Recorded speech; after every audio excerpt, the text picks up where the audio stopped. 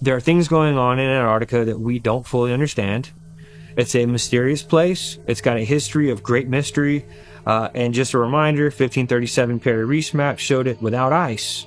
The best thing we could say is that it would be a different dimension. It was an interdimensional being communicating from another dimension. The claim was that this schematic was to create a flying machine that would allow some of the Nazis to escape some of the coming dark days, and that they could somehow translate or transfer themselves from this realm into the Aldebaran realm. When we study the Nazis, you can't separate the Nazis from the occult. The occult meaning tapping into higher entities, tapping into ascended masters, locating ancient technology, reviving all of these things, and also the interest in the inner earth and the races that might live inside the earth, dating back to being descendants of the Nephilim. Well, the Catholic Church also has set up churches on top of many of these, and I mean the Vatican, by the way, not necessarily the Catholic Church on the corner in your neighborhood, but the Vatican has been setting up churches, taking land, sacred land, entrances into these hollow earth catacomb cities, building churches, cathedrals on top of them. Various places around the world have these subterranean cities, these catacomb cities, and it's believed that somehow they're connected throughout the entirety of the earth. If you have the right knowledge, if you've got the training, essentially you could get from one part of the earth to the absolute opposite, going through tunnel systems in some of these cities. You could say it's a conspiracy theory, but then Time magazine actually covered it. I'm Justin Fall, and you're watching End Times Productions.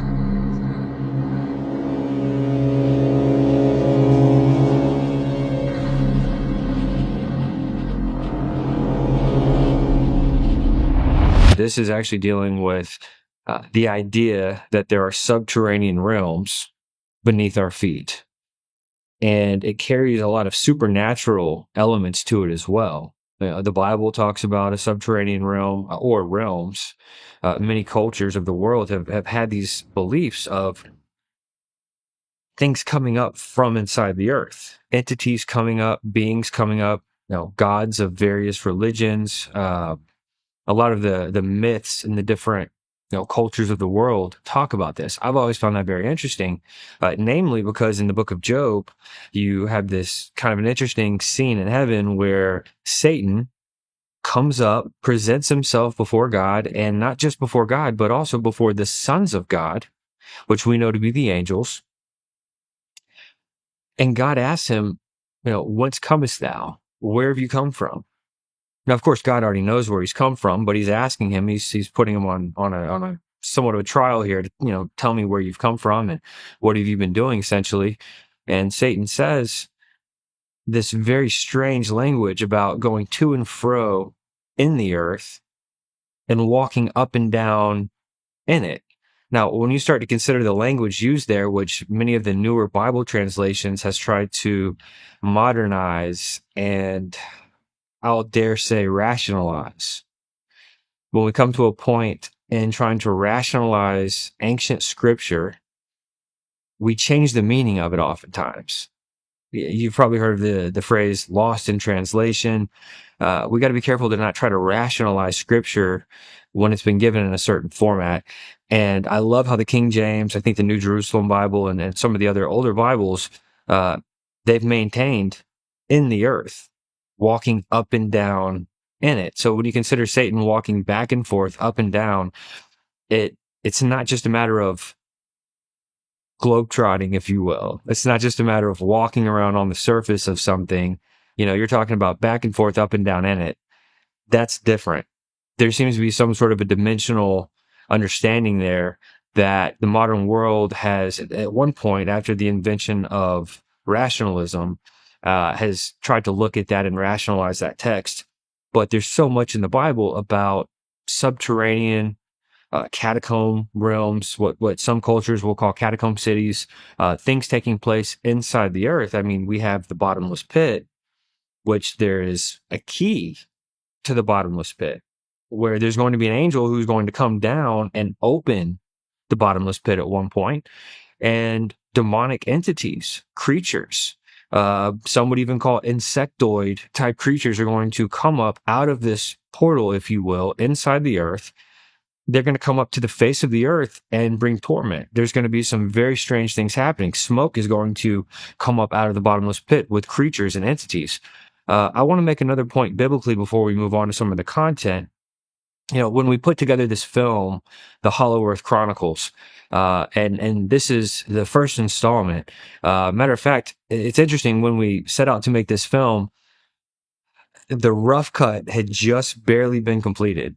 And the late Tom Horn saw the rough cut, was blown away by it, and said, would you please come work over here? Would you mind moving here to do a joint project, co-writing a film, which we ended up doing the writing of the film, Belly of the Beast.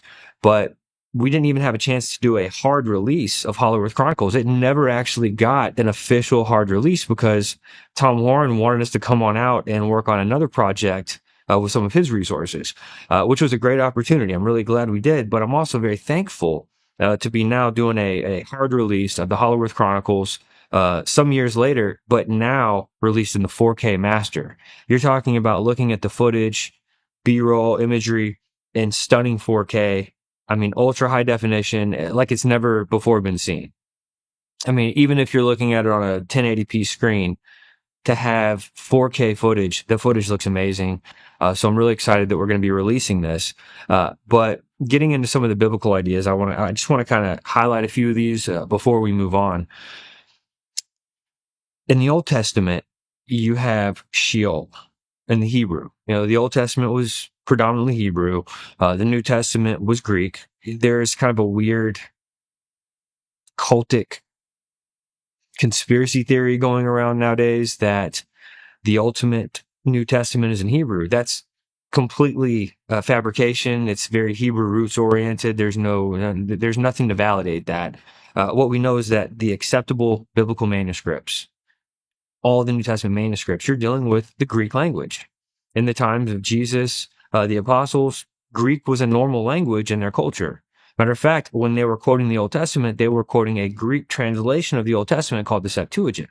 And in the Septuagint, we find some very interesting references. That's where we get the reference to Nimrod going through some type of a process and changing himself into a Gabor, or a what some people would call a Nephilim.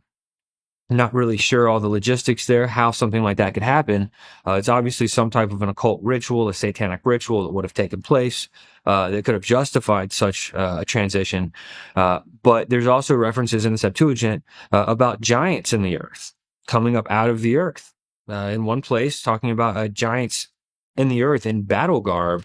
And we break some of this down in the Hollow Earth film. This is not too far from some of the myths and the legends of the Native American, the indigenous people, and the tribes. They have some very interesting things to say about that. We'll get into some of that here in just a little bit. But I want to make this point. In the Old Testament, in the Hebrew, you have Sheol. Now, you might hear people in conversation kind of referring to Sheol, Hades. They'll, even in the same conversation, in the same sentence, they'll refer to it as Sheol, Hades. We're talking about the same place. In the New Testament, it's Greek, which you're going to have Hades. And in the Old Testament, it was Hebrew, and it was Sheol. You're going to find that word showing up all throughout the manuscripts of the Bible. But in the English, what you're going to see is hell. Generally speaking, hell. It's kind of fascinating. You'll have the word love show up in the Bible, but it could be one of several words in the Greek, and they actually mean different things. Same thing with the word hell. So I just want to kind of hash through this real quick. The Old Testament, again, Sheol. New Testament, Hades. But fascinating, you have a reference by Peter in 2 Peter to this other place. Now, your English Bible is going to say hell, but in the Greek, it's Tartarus. Tartarus was a term very familiar with the Greeks and the Greek culture, Greek mythology. It was a place as far below Hades. It's not Hades. Tartarus was as far below Hades as the earth is below heaven. So just to give you an idea, what we would call hell is deep within the earth. Tartarus, deeper. We're talking about a place so far down, one of the darkest places In the Greek culture, they believe this is where the most vilest, the most disgusting, evil, wicked monsters and gods are being kept. Now, Peter talks about Tartarus, and this is where he says he's making a reference back to the antediluvian world. This is going back to a time when fallen angels took wives of men. They committed sexual sins against humanity. It was rebellion against God. It was rebellion against God's order. And they essentially, they created the Nephilim. They created these hybrid offspring. And Peter says that those particular angels who did not keep their first estate, the ones that committed the sexual sin, essentially, they're being bound in this prison. So there's an actual prison inside the earth. So regardless of what shape someone thinks the earth is, or what form of cosmology they want to hold to, that stuff means nothing in this conversation. We're talking about biblical precedent here. There is a place in the earth where the most vilest and wicked demonic entities are being kept essentially right now in chains. It's a prison, it says in the scriptures. And that's Tartarus. And that is as far below Hades, hell, as far below hell as the earth is below heaven, according to the Greek belief. And the Apostle Peter knew all about this. And under the inspiration of the Holy Ghost, he penned his epistles. And in 2 Peter, you find out that's where these angels are being kept. So right off the bat, there is major biblical precedent to things inside the earth, things under the earth, and under the earth could potentially even mean things that are in that very low of low, some of the deeper regions. We also know that Christ himself, after his crucifixion, went down and preached to the spirits in prison. Now, I want to say this. He was not preaching a message of repentance.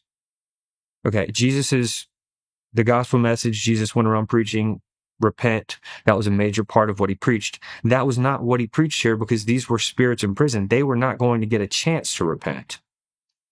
He went down there declaring victory, that he was literally about to come up from the grave. He was going to be seen by men all over the world. And by the way, when Jesus resurrected, he also brought with him other people who had already died. This is documented. Very few people talk about this. There was also a resurrection with Christ where people were resurrected. They came up, and according to some of the writings of the early church fathers, they lived, they were seen, and then they naturally died again because it was before the time of the official resurrection. So it was just more signs and wonders, miracles attesting to the fact that Christ was and is who he said he was, who he is. Christ is God in the flesh. When he came in his first advent, he was fully God, fully man. In theology, that's called the hypostatic union. We can't really wrap our head around it, but he was not a kenosis Christ. That's heresy. The early church deemed that heresy. This is a very popular teaching in the charismatic movement called the kenosis Christ. It's a heresy. It's taught at Bethel. The Bethel, the New Age church out in California, they teach kenosis Christ. Bill Johnson wrote about it in his book, When Heaven Invades Earth. This is a very popular teaching that Christ literally came and was completely undivine. He laid his divinity down while he came to earth. That is a lie from the pits of hell. He was fully God, fully man. And the truth is, when he went down and preached to those spirits in prison, he was declaring victory. He was essentially spitting in their faces. And then he came up, he rose from the dead, he brought others with him. And again, according to some of the writings of the early church fathers, Jewish historians, they did die again, natural deaths. But it attested to who he was, the God-man. 100% God, 100% man. He went down to the depths. It's kind of interesting because you have the story of Gilgamesh, which is like the oldest, allegedly the oldest story manuscript, which is a poem. Essentially, it's a story, but it's in poetry form. Gilgamesh was kind of a Nephilim type creature. And Gilgamesh goes down into the earth. He goes through these different trials, and it's a journey essentially. And he encounters monsters and weird things inside the earth, but Jesus went down there and declared victory with the power, with what the New Testament, the word for power, the dunamis power, so the Greek word we get the word dynamite from. That's the power of God, the dynamite power, explosive power, unbridled power. We also call that the resurrection power, the power that rose Christ from the dead, which is also apparent in the lives of believers. That's the same power that God has towards us who believe in Christ, the true followers of Christ. We also walk in that dynamite power, that dunamis power. Christ went down there.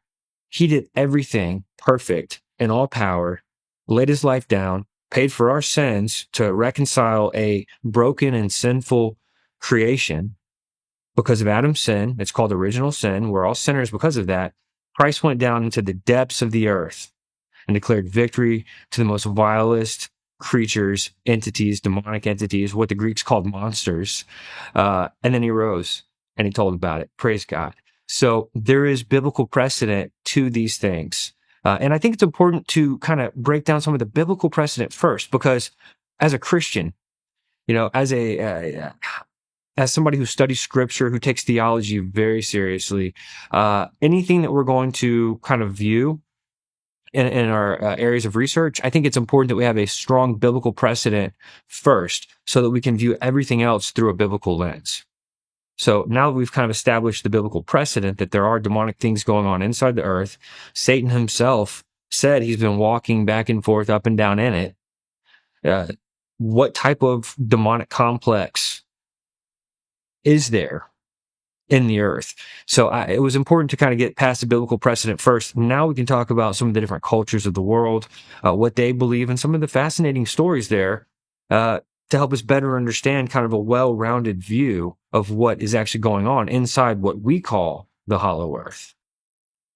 When we go back to some of the indigenous cultures, and it's really fascinating. I'm part Cherokee. And I know everybody says they're part Cherokee in America, right? Pretty much everyone here has a little Cherokee. No, I'm part Cherokee, and I've always been fascinated by Native American culture. When I was a child, I got to go to some of the reservations in Texas, and it was a really good experience. But when we filmed the Hollow Earth Chronicles, we actually went on to a reservation of the Arawak, where we spoke with an Indian chief who we feature in the film, and we get into some of their legends and beliefs. I don't think it's a disservice to use the term mythologies or myths or legends, because a lot of these things, we can't validate all of the aspects of them, but they have been orally passed down. They're oral traditions. Now, some of the written traditions are completely contradictory to the oral traditions, which is fascinating. We'll get into that too, especially with the Anasazi, because the written tradition is absolutely reversed from the oral tradition, which means they wrote it down in order to give the mainstream story, while the inner workings of the tribal people kept the real story, because it's almost too fascinating for the mainstream man to understand or to accept. But the indigenous people, most of them have some sort of a creation story, a creation myth. And I call it a myth because it's not completely in line with scripture. We know that the Bible, the creation story in Genesis, that's the real story. All the other ones we would call legends and myths because they're kind of offshoots, kind of blurry versions of that. But the story of you've got Navajo, you've got these different legends where the great ones were supernatural beings that would come up from inside the earth, create humanity, endow humanity with abilities, education, teach them how to do things, and then they would go back down into the earth where they would reside, but occasionally coming back up to the surface to overlook the operations of mankind, essentially. And doing that, there would be some sort of overlording, if you will. They would come up, teach them, hold them accountable. That's what some of the natives would teach. That's where, they claim that their origin point was inside the earth. Actually, there's multiple tribes that claim that their tribal origin point is inside the earth. Kind of a fascinating little bit of knowledge there. The Apache story, the Apache creation myth, is very fascinating, and it's different from some of the other tribes because they say that an ancient bearded man came down from heaven in a silver flying disc, and he began to create everything which is good, everything that is good and useful and lovely. And then shortly thereafter, a portal opened where a reptilian God-man, some sort of a reptilian in the form of a human, but not a human, comes through the portal and begins to teach mankind sorcery, alchemy, witchcraft, magic, how to open up portals, which is just very interesting that they would have this story of a good creator coming down and creating that which is good, and then this reptilian coming through another portal, corrupting what the good creator made. Another fascinating part of this is that the Apache couldn't grow facial hair. As with many of the indigenous people, they don't have beards and facial hair, yet their creation myth talks about an ancient, God coming down with a beard. Not to go too far into that, I don't want to speculate too much there. It's just kind of an interesting little story. But when you get to the Anasazi, and I wanted to kind of mention the Apache creation myth first, because it's going to kind of go parallel with some of the things with the Anasazi. The Anasazi, they've got a very fascinating story that the mainstream says that there was something like a 20-year drought that had happened. And so they had to migrate. It was a slow migration, and they died in the migration. They say that's why there's all these bones of the Anasazi, that appear on this migration route. But when you talk to someone in the know, say a medicine man, historian of a tribe, and they tell you, what really happened according to their tribe, they're going to tell you that the Anasazi basically started to have this experience where a portal opened in the earth. Giants began to come up out of this portal in the earth, like from inside the earth, and they began to cannibalize. They began to eat the Anasazi, ripping them to shreds, like jerky, if you will. About that same time, a portal opened and a reptilian comes through and begins to teach the Anasazi how to go down inside the earth and to build these inner earth temples, like a sanctuary, like a church, like what we would call a church temple or a church sanctuary. This reptilian taught the Anasazi to go down into the earth and to build what they called kivas. And these were prayer rooms. These were rooms where they would do rituals. And the reptilian taught them the same type of magic, apparently, in the rituals that the reptilian also taught the Apache. So we see a parallel there. And so once the Anasazi started to do this, they began to open up portals. That was one of the rituals that was taught by the reptilian, according to their legends. And they would open up portals. All types of strange entities began to emerge on the face of the earth. And the giants began to get more fierce. And the Anasazi were ripped to shreds, just absolutely ripped to shreds. When you study the archaeological digs where they're pulling up the bones of the Anasazi, they're mauled. They're not just like whole bone structures. They're shredded bone pieces, almost like shrapnel. Like Tom Horn said in Hollow Earth Chronicles, it was like they were being ripped to shreds, eaten by the giants. But when they opened up those portals, according to the legends, other entities came forth. Maybe they were fallen angels that were shapeshifters. Fallen angels are really not much different from Satan himself, who seeks to steal, kill, and destroy. When you consider that fallen angels want to manifest chaos everywhere, they want to take God's divine order and bring chaos to disrupt everything that God created. So it's very likely that they would have shape-shifted into different forms to bring about these different visions of different entities, if you will, even though they're fallen angels, which kind of gets back into the idea of the Greeks talking about Tartarus being filled with monsters. Because we don't really know all the forms that fallen angels took. What we do know is that angels are able to shapeshift and take on different forms, because even when Abraham met with some of the angels, they took on the form of men. We're told in the book of Hebrews, basically to be generous to strangers, be hospitable to strangers, because you might be entertaining an angel unaware. But the Anasazi disappeared. And it's fascinating because they had these hollowed out areas in the caves, like hollowed out caves in the mountain. And they found bags of salt. They found tools, things that would have been, apparently in that time, salt was like gold.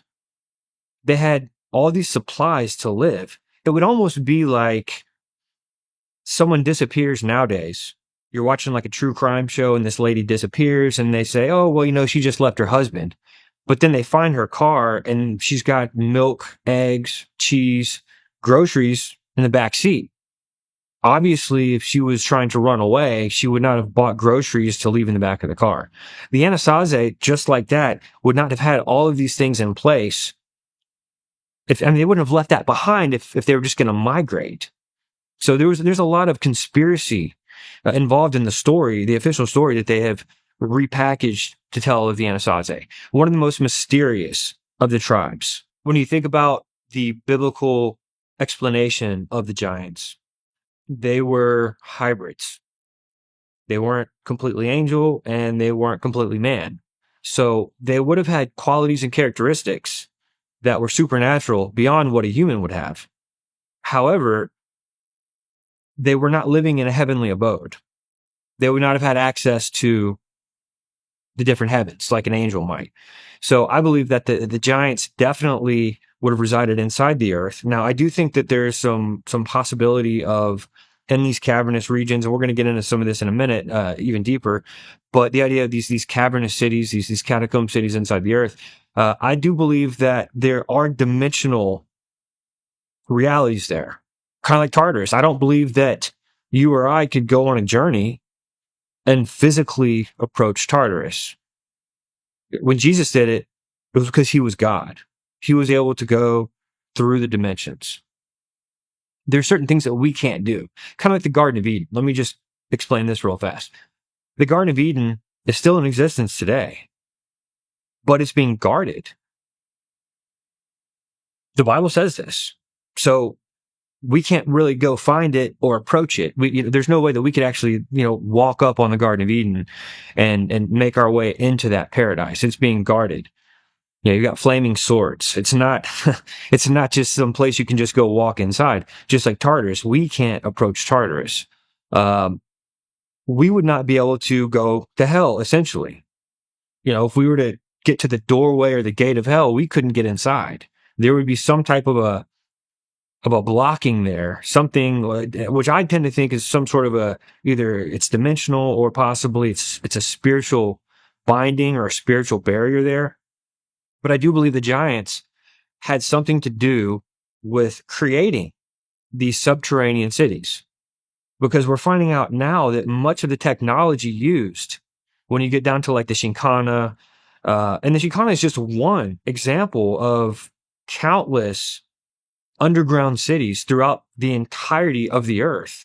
And a lot of times when you find these cities, you find that there are megalithic structures on top of where the entrance would be or near an entrance. The Chinkana is basically, and we really dive into this into the film even deeper, it is the underground cavernous tunnel systems, if you will, cities of tunnel systems in South America. You're talking about an entrance very potentially at the foot of the Andes Mountains.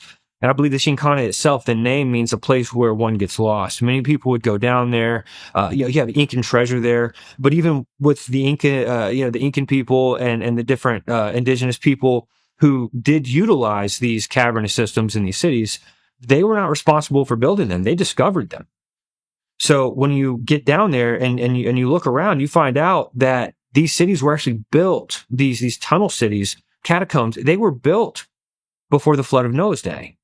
And they were utilizing a technology that wasn't even invented in our world until the advent of the Industrial Revolution. So there would have been no technology. The Inca did not, they didn't do anything but utilize these tunnel systems. People go down there, they get lost. Many people that go into the Chinkana never come back. Unless they have specific knowledge on how to get there. And you're talking about, Peru, Chile. I mean, these tunnels, they go possibly even under the ocean to Antarctica. I know that's kind of wild. But when we get to the Nazis, we're going to talk about that because there is a connection with the Chinkana and also some of the Nazis migrating into Antarctica after World War II, before what we call World War 2.5 took place. That's a fascinating topic. But various places around the world have these subterranean cities, these catacomb cities, and it's believed that somehow they're connected throughout the entirety of the earth. If you have the right knowledge, if you've got the training, essentially you could get from one part of the earth to the absolute opposite going through tunnel systems in some of these cities. You've got underground cities all over the place with a lot of interesting legends and myths. Even here in America, you've got the Kentucky Mammoth Caves. You've got the Changsha. You've got different places in Asia Minor. One of the things that's real fascinating is that when you get to India, not only do they believe in the subterranean realms, and in the Hindu belief, they also have references to what we would call Agartha, Agarthi. But in the Hindu tongue, they call it Aryavartha. Now, Aryavartha is very, very interesting because it translates into English as the land of the Aryans.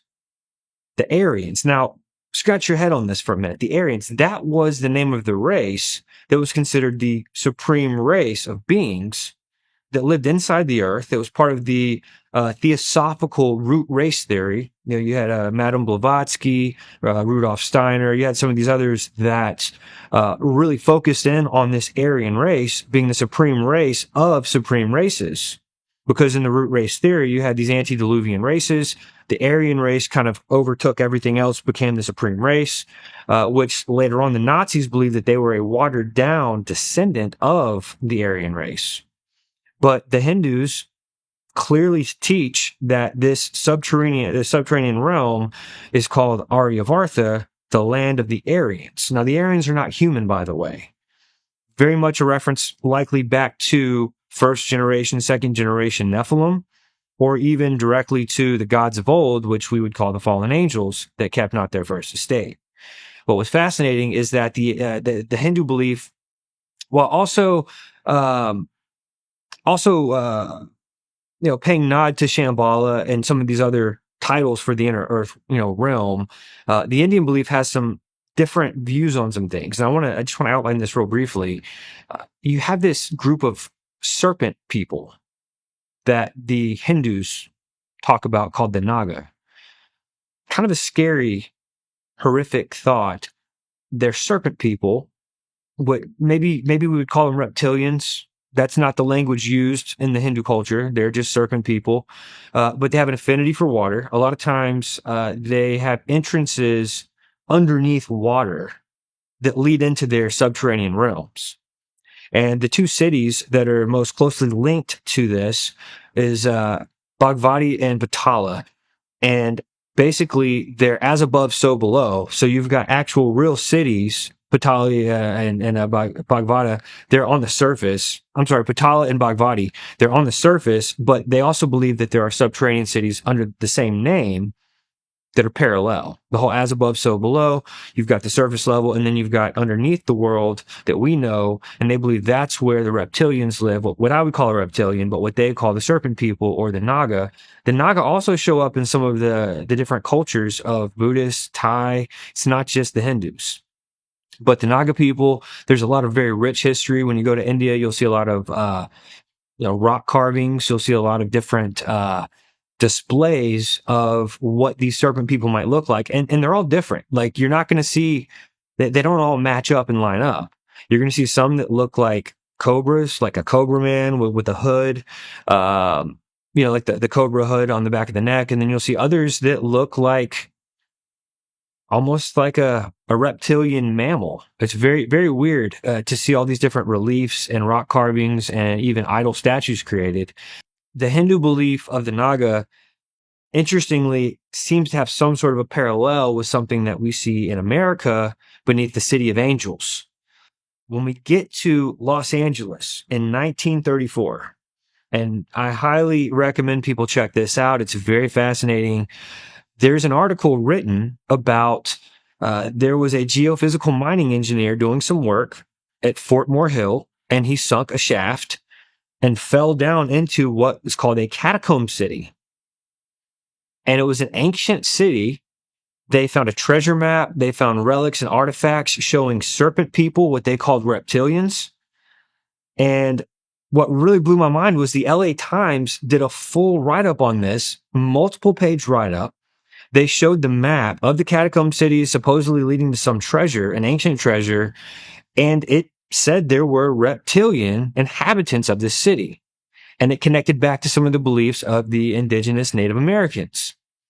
And immediately, this sparked gold fever, if you will. People from all over came to LA to embark on inner Earth treasure hunts back in the 30s.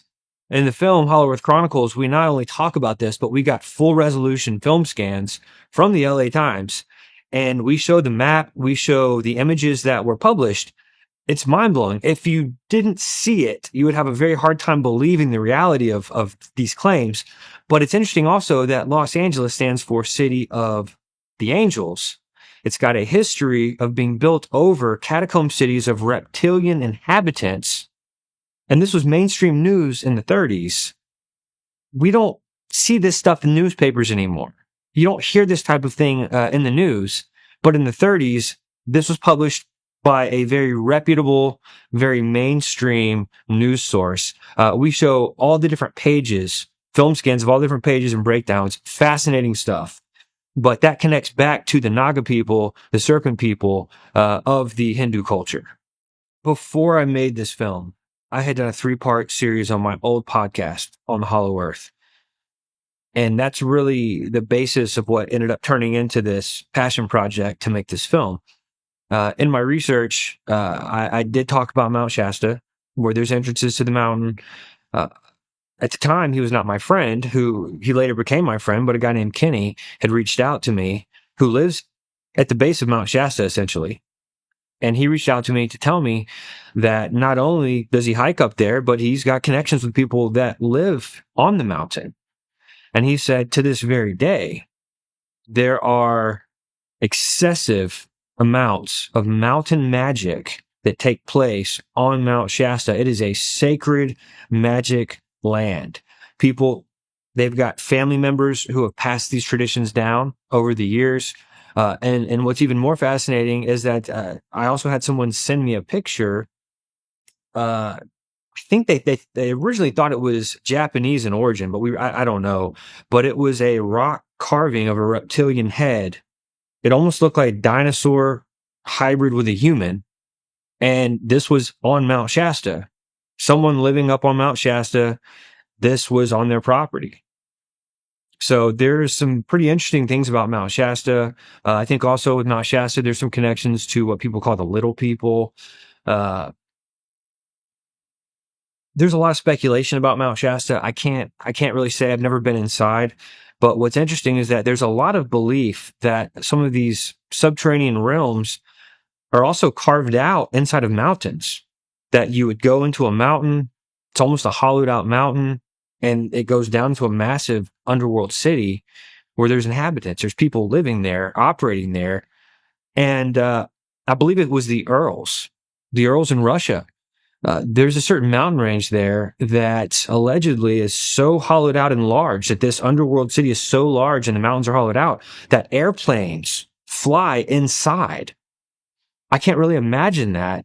We do show some different artistic renditions in the film of underground cities, massive underground cities, with what we would call skies. You know, like essentially space where planes or flying craft could fly around.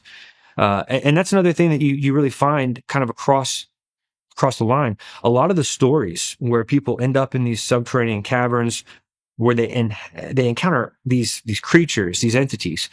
There's always technology beyond what we have on the surface. A lot of times there's some sort of a flying disc or flying saucer being utilized, transporting around inside of these subterranean realms.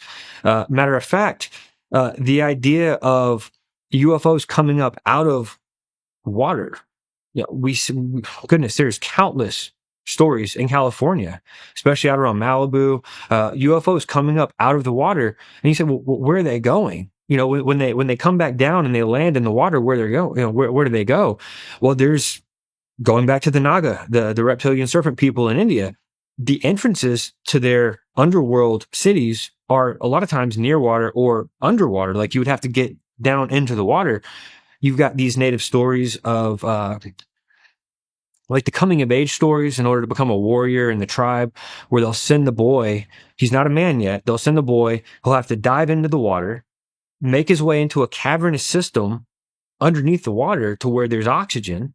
And then from there, find another body of water inside the earth, and then go down there and retrieve some type of a relic, a religious relic, pertinent to their tribe, pertinent to their people or their ancestry. And then he's got to get that relic and bring it back up through these different layers of catacomb, what we would call like a catacomb city, or a cavern beneath water with another cavern beneath more water.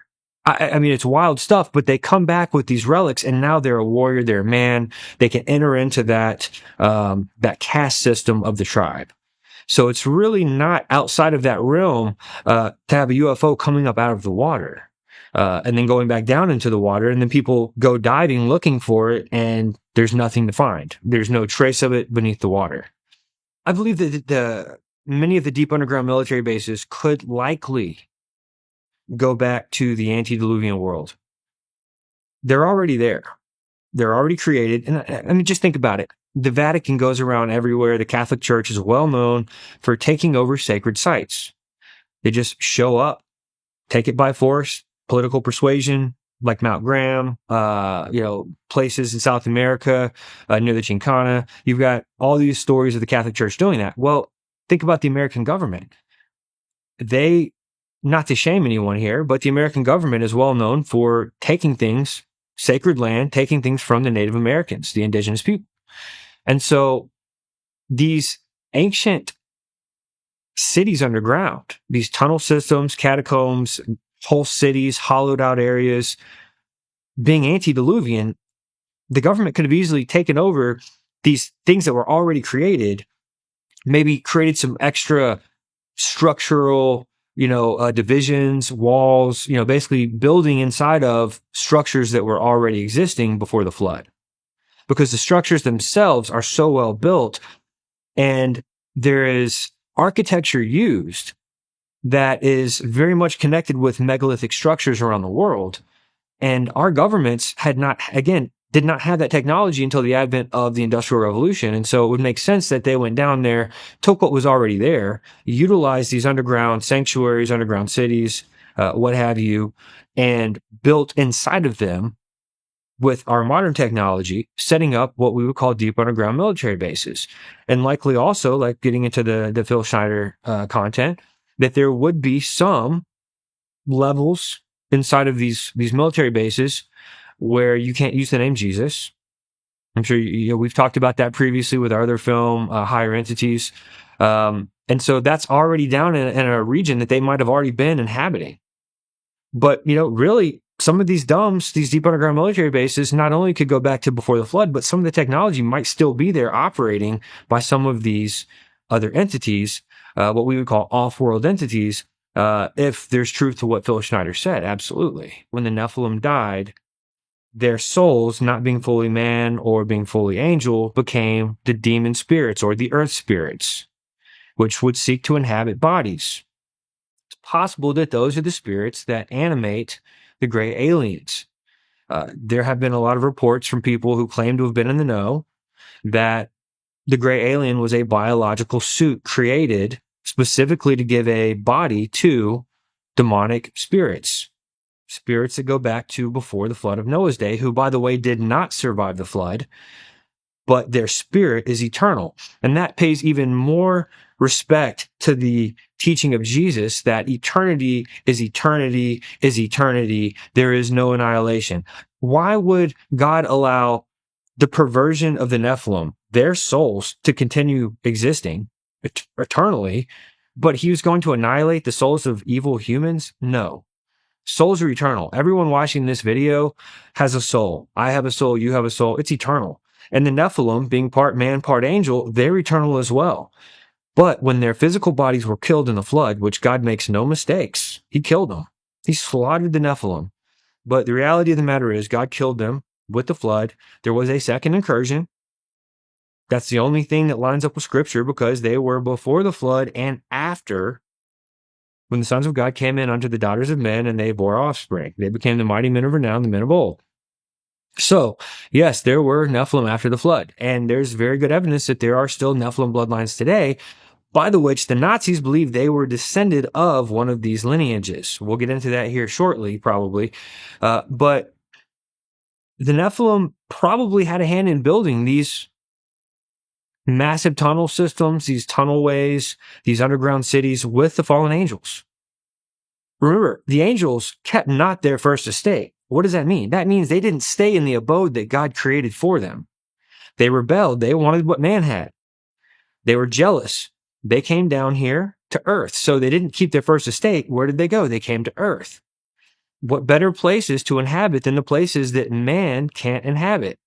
So they go to inner earth, beneath the oceans. And that's why one of the theories with the Chinkana and with some of the other subterranean systems is that there are tunnels beneath the ocean floor. That's how you would be able to connect one end of the world to the other, via subterranean system. One of the reoccurring themes that shows up no matter where you look, whether it's History Channel, whether it's books, newspapers, interviews, they all agree that the Nazis believed in what's called the Aryan race, which they believed was the supreme race. And it's interesting because somehow that gets shifted to believing that it's the white race, which is not at all what, that's not what the Aryan race was. The Aryan race was part of a supernatural descendants of the gods, according to theosophy. This is getting into the root race theory. And you mentioned earlier on about Lemuria and Atlantis. So in the root race theory, those two names are mentioned as races as well, but the Aryan race kind of took over as the ultimate race in this mythology. Let me just make that clear. I don't believe that the Aryan race is better than anything. That's not at all what I'm saying. In their mythology, they say that the Aryan race was the supreme supernatural race, but it was not man. And so this idea of the Aryan Brotherhood and stuff in modern world, like neo-Nazis, just a bunch of hogwash. It has no origin point with the ancient view of these things. It's just man doing what man does, being stupid, trying to find answers to things outside of God's word. Hitler and the Nazis believed that there was a pure race inside the earth, by the way, called the Aryan race. Now, they believed that they were descendants, watered down descendants on the surface of the earth post-flood, but they also believed that there were still modern descendants, if you will, of the Aryan race, but that were not called Aryans because they were still descended from, meaning that they weren't pure, but they were living inside the earth still. I want to get to that in a minute. The Nazis specifically believed that it was their birthright to have access to the inner earth realm, which eventually would lead to a capital city called Shambhala. Now, Shambhala was not a world before the flood. Shambhala is a very mystical sounding abode, if you will, where there's a king residing over the city. Now, it is considered the land of the gods. So it could very well be that this is the place that the fallen angels had kind of built for themselves to reside when they kept not their first estate. Again, not the fallen angels that are in Tartarus because they're in prison, but the other ones. And Satan is not bound right now. I think it's important to go ahead and say that. Satan is the ruler of this world. The Bible calls him the prince of the power of the air. The Bible also calls him the God of this world. So, little g God. Satan is not bound. He is literally operating, doing his bidding. And also remember what he said in Job. He was going up and down, back and forth inside the earth. So the mystical religions of the world believe in the Shambhala being a capital city of the hollow earth complex. So imagine, if you will, all these different cities of tunnel systems that can get you from the point of east to the point of west inside the earth. Well, somewhere in the middle would be Shambhala because it would be the nucleus, the capital city of Agartha or Agarthi, depending on the language. And so Shambhala is this place of the gods. It's the land of the gods. It's a capital city of the hollow earth, according to these these ancient beliefs, which the New Age has repackaged and regurgitated, by the way, a lot of people believe that they're communicating with ascended masters who are residing inside of Shambhala. People will astral project. They will remote view. They will get little glimpses of these things. So if Shambhala is the middle, the central city where the king resides, the Nazis wanted to have access to that place because in their mind, they're descended, so they have a birthright based on their race to the inner earth. Because if the Aryan race, according to theosophy, was the supreme supernatural race, they would have been the race lording over all the other races and all the others with power, which means that they would have the supreme, or what we would call the supremacy of the races of supernatural entities inside the earth. Very occultic. These ideas were really made popular by Madame Blavatsky, Helena Blavatsky.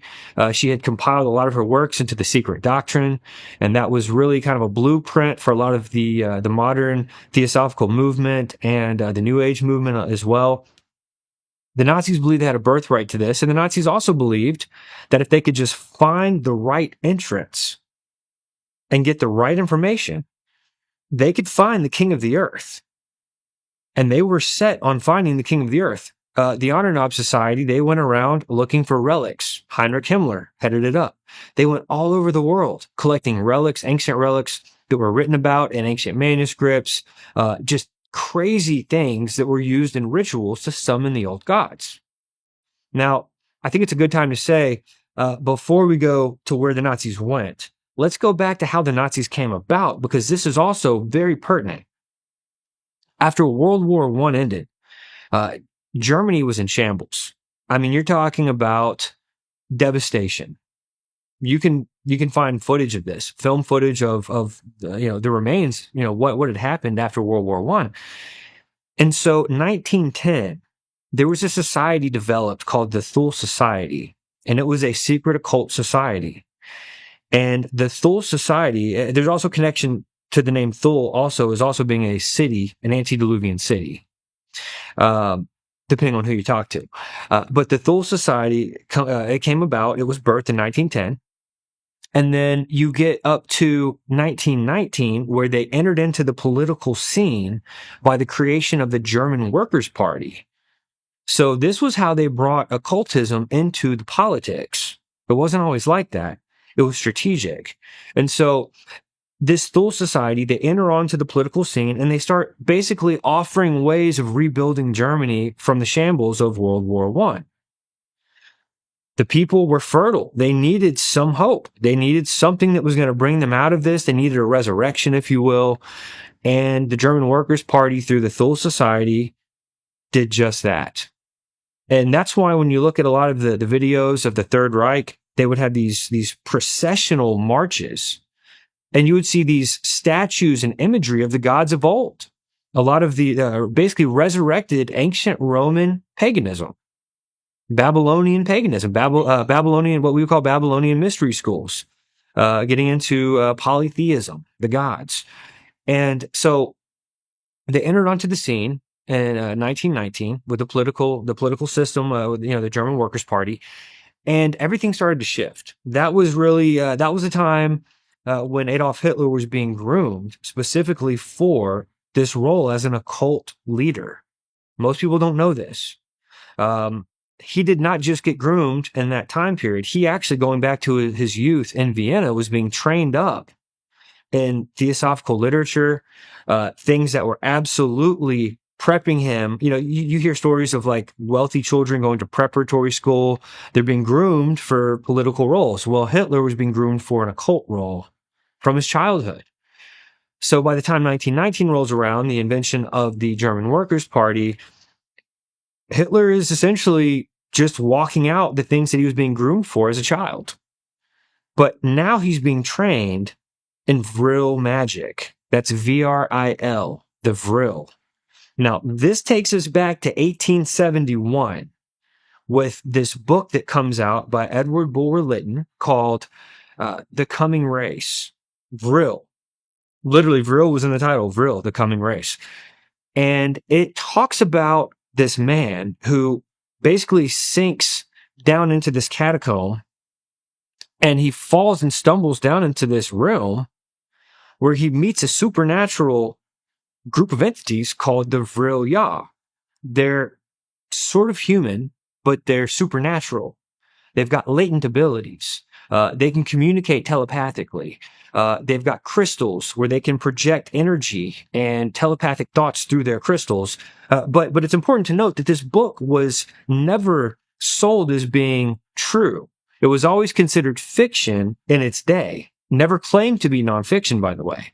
However, the late 19th century occultists, again, Madame Blavatsky and Rudolf Steiner, they took this information and they said that it was actually written as a coded, non-fictional truth.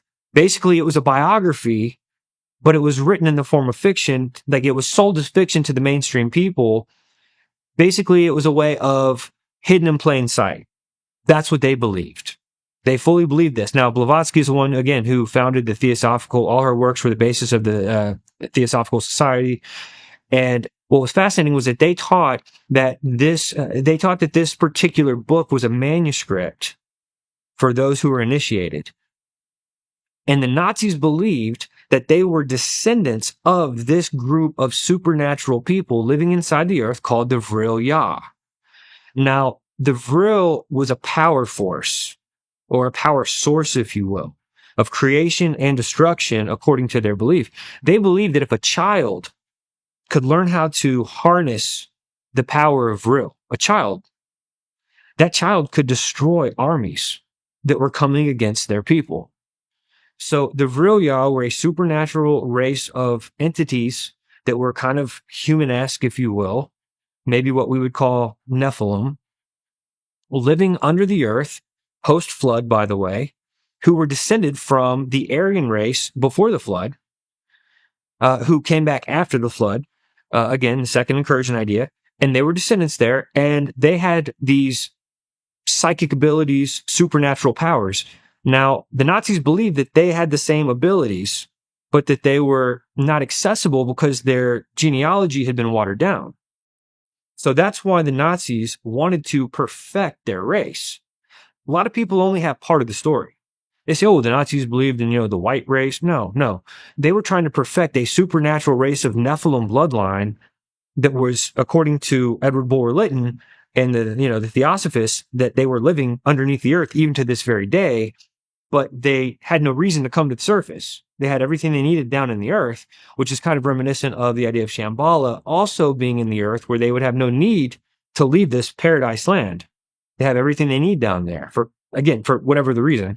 They would only come to the surface if they had to. So the Nazis not only wanted to get down there, they were constantly looking for anything that they could find. High technology, entrances into the hollow earth, writings by the various cultures that might help them find the right entrance to get to the king of the earth. So the Nazis were just completely obsessed with this. So they ended up going over shortly before their New Schwabenland expedition, which was 1938. Shortly before that, they go over to Greenland and they locate this set of manuscripts called the Edda. These were ancient Nordic writings that were detailing a hollow earth and an entrance into the hollow earth. The Edda then led them over to the Tibetan monks, namely the Bonpo sect of the Tibetan monks. They were the ones that were guarding the opening to the Himalayan mountains. Essentially, there was allegedly there was an opening to the hollow earth in the Himalayan mountains being guarded by these monks.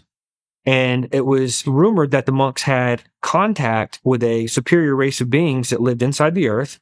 They were called the White Brotherhood. It had nothing to do with the Nazis and the white race, I had to say.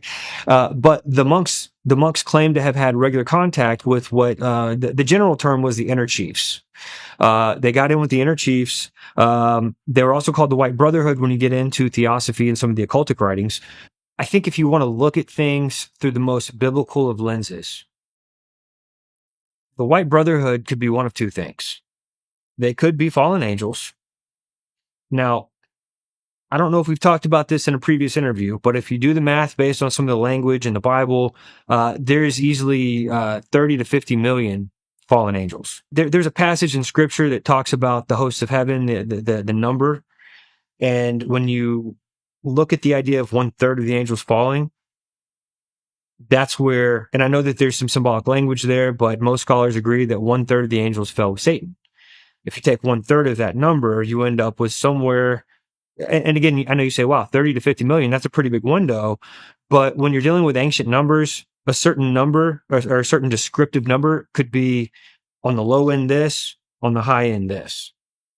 So if there was somewhere between 30 and 50 million fallen angels, only some of them are bound in Tartarus. So there's a lot of fallen angels, but there's even more holy angels, which is awesome. The angelic hosts of heaven, the armies of angels in heaven, far exceed the angelic armies of Satan. Because the ones that fell, and by the way, there's also scripture talking about elect angels. So not only does God elect humans, he also has elect angels. Kind of a cool little side note. So I do believe, looking through the biblical lens, that what would make the most sense would be that it's a fallen angel taking on a certain shape or form. Again, the whole shape-shifting ability. Or it could be a demonic manifestation, because demons are very well known to manifest as apparitions. You hear stories of an apparition appearing to someone, and they appear and then they disappear. So likely fallen angels, but could be demons. So the Nazis go over there, and these Buddhist monks knew who the Nazis were, of course, and they welcomed them. We actually document this in the film. We have a lot of really high resolution images showing the Nazis with the Buddhist monks. They welcomed them, even though they had different political ideologies. They believed that the Nazis were a fulfillment of a prophecy given in their Buddhism, where the Nazis were going to fulfill what's called the fifth Dharma cycle. And so they welcomed the Nazis. They said, yes, in fact, we do have contact with the inner chiefs, the White Brotherhood, which were divine entities according to them. They allowed the Nazis into these regions of the mountains, into the Hollow Earth, and they allowed them to meet with the White Brotherhood according to the stories that later came out through the Nazis' own testimonies. They also allowed them to use some of their technology to do electromagnetic testing into the earth where there were openings. Now, here's where it gets interesting. The Nazis then, after befriending all these Buddhist monks, they took about 200 of them back to Nazi Germany, basically deputized them as SS soldiers so that they could be official, and they created a think tank with the Buddhist monks in Nazi Germany, deciding where they were going to go to find this opening into the earth in Antarctica. So they apparently got some information from these inner chiefs, this White Brotherhood. And remember, Antarctica is not in the Himalayas. This is a whole nother location. Come back to Nazi Germany with their 200 monks that they basically set up as soldiers, create this think tank, and they began researching. Shortly after, in the Der Spiegel, which was a German publication at the time, they announced to the people, we have found the opening to the Hollow Earth that we've been looking for. So then they head out to Antarctica on what's called the New Schwabenland Expedition. Before this, people did not go out there. The technology wasn't there. People were probably scared to go out there. They didn't want to die. The Nazis had basically gone out to Antarctica with the idea of declaring this land for themselves. This was the land that they wanted. They knew exactly where to go after all their research and after all the traveling around, the work they did with the monks, the Edda, they combined all of that. They go down and they basically deem this spot of Antarctica as New Schwabenland. Now, that was based on the name of the ship that they took to get there, which was the New Swabia. Kind of an interesting little connection. Many people believe that World War II would have never happened if the Nazis would not have gone and set up shop in Antarctica. So what exactly did they find in Antarctica that really posed a threat to all the other governments of the world to where everyone wanted to come against them with World War II? Remember, Hitler was on Time magazine at one point. Hitler was not considered a maniac by the governments of the world until he was considered a maniac. Antarctica is a mystery in itself. We still don't fully understand Antarctica, but In 1537, a map shows up called the Peri-Reis map, and there's no ice on Antarctica. So in the 1500s, if this was a accurate representation, Antarctica was not underneath ice. And that's not very long ago when you consider the history of the world. 1537, Peri-Reis map, pretty fascinating little. What brought the ice? I don't know. Was the ice there to keep people out? Was the ice somehow created by whatever forces are residing there? I don't know. But what we know is that there's ice there now, and it's such a harsh climate. It's like the harshest climate in the world. You're talking about some of the craziest winter temperatures and also being a dry environment. The Nazis went there fully prepared. And according to General Dönitz, during the war, he gave an interview saying specifically that in case things took a turn for the worse, they already had a backup plan because they had already established a fortress within the ice. Now, that was a direct reference to what is called Base 211. So, the Nazis go down there. It's very likely that they went ahead and established Base 211 in that initial expedition in 1938, which, again, if the Nazis had not been successful in going down there and setting up shop, it's likely that World War II never would have happened. It's funny how the mainstream modern world tries to tell all these reasons for World War II while totally ignoring all the things that surrounded it before it actually happened. It's kind of like with the Civil War. What we're talking about the Civil War is really not actually what happened. The causes and what led to the Civil War were not exactly what they make it out to be. I'm not going to go on a tangent there. But people love to take their agenda and to paint history with the paintbrush of their agenda. So, the Nazis come back, and you now have World War II stemming up. This is wild. Everybody's coming against the Nazis. I'm not saying they were good people. They were not. They were occultists. They were very much racist in the term that they wanted to perfect their race. They wanted to bring out their latent abilities. If in fact they were descendants of these Aryan Nephilim, that's what they wanted to do. And again, this is their belief. This is what they believed was their birthright. And something led them to Antarctica. And by the way, they come back from Antarctica and say that they had contact with the king of the earth. You do the math, figure out what that means. The king of the earth, prince of the power of the air, the god of this world, king over Shambhala. It's not really that much of a stretch. They obviously came into contact with Satan if they came in contact with the king of the world. In their terms. They come back, World War II starts. Interestingly enough, before the war started, they started sending submarines of some of their highest ranking Nazis. You're talking about doctors, engineers, the most brilliant minds, the magicians, occultists. Before, during, and even after World War II, they began a massive exodus of what totaled to be over 1 million Nazis that just fully disappeared. And they didn't know they disappeared until after the war when, they were doing checks and balances on everything in Germany. The entire Reichstag Bank disappeared. By design. I mean, this is all by design. The Nazis knew what they were doing. They were taking these submarines before, during, and after the war in this massive exodus. By the way, during the war, a lot of strange things were happening in Nazi Germany.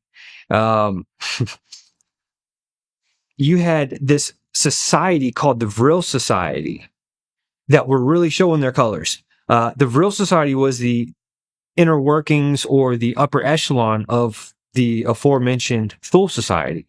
So the Thule Society was basically that was the group. That was the general assembly of this secret society. But the Vril Society was like the upper echelon of the Thule Society.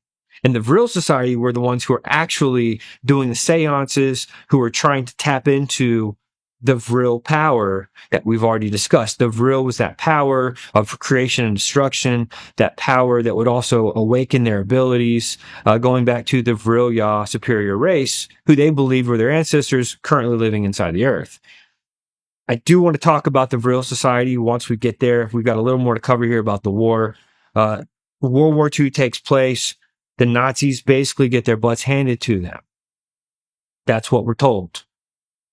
Hitler's dead, along with all these other major German Nazi leaders, are declared dead. That's not what happened. Although the newspapers were saying that. We have the now declassified FBI documents, which we took from the FBI website. We got them directly from the FBI. We show them inside of the film. We do high resolution zooms. You can see the images. Hitler was spotted in Argentina after World War II, alive and well near the foothills of the Andes, which is interesting because that's also allegedly where one of the entrances to the Chinkana was.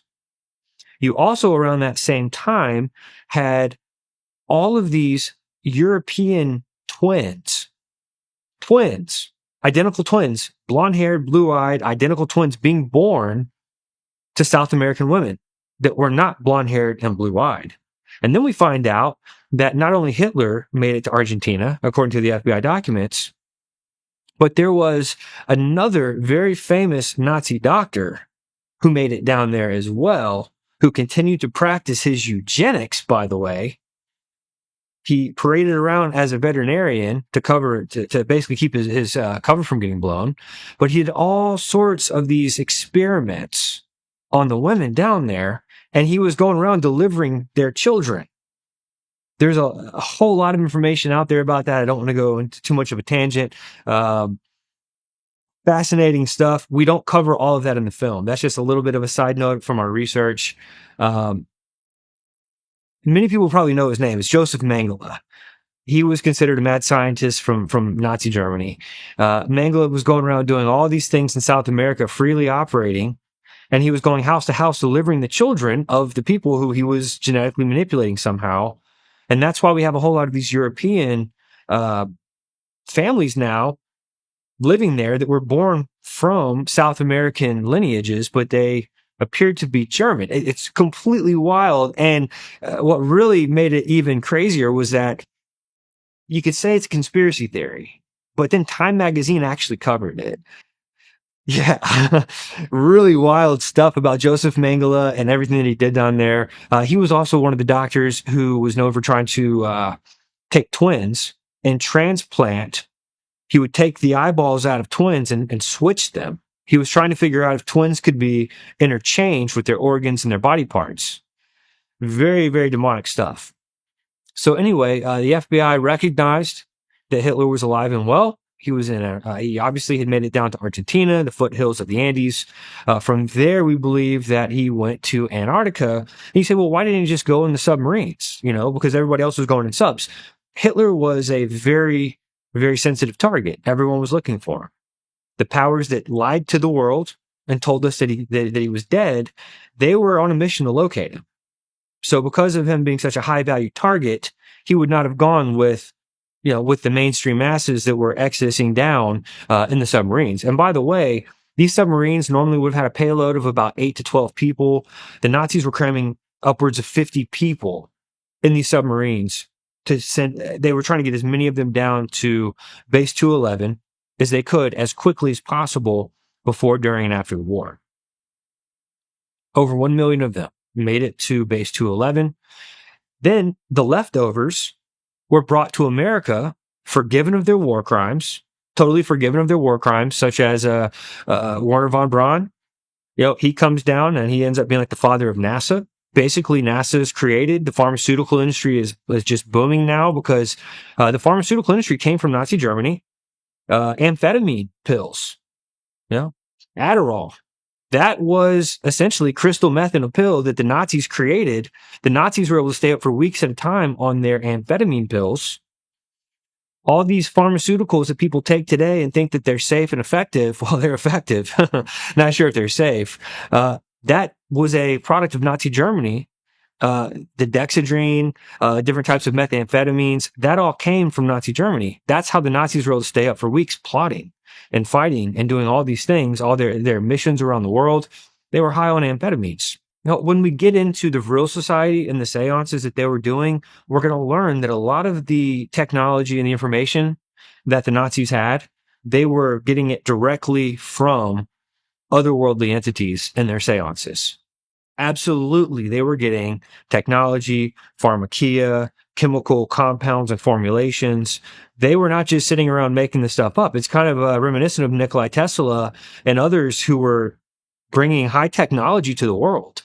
Well, where did they get that technology? Well, they were in cahoots with certain entities, seances. Sometimes they're referred to as ascended masters. But this goes back to what was taking place when we look back to the Native American stories of the reptilian coming through the portal and corrupting mankind and teaching mankind magic, cutting of roots, mixing of things to make potions, all kinds of, what eventually turned into synthesizing things. So I definitely believe that does come at its core origin point. It would be from seances.